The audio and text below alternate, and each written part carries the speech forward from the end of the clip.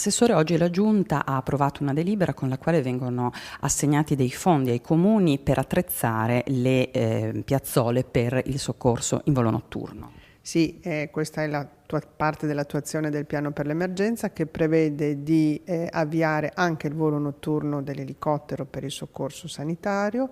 Diciamo che è stata fatta una ricognizione dai tecnici di Edi Friulia, perché ovviamente il volo comunque richiede che ci siano i tecnici che ci dicano quali sono le condizioni, se ci sono le condizioni per poter fare e atterrare. Abbiamo individuato una prima tranche di comuni che hanno la possibilità di fare in tempi molto brevi alcuni adeguamenti per attrezzare delle piazzole per il volo notturno. È la prima tranche, la Regione ha messo 120.000 euro che erogherà appunto ai comuni per fare questi lavori e, come dicevo, è solo la prima tranche, perché poi si proseguirà con una seconda fase con altri comuni, dopodiché un'ulteriore ricognizione e via via copriremo in modo strategico tutto il territorio regionale.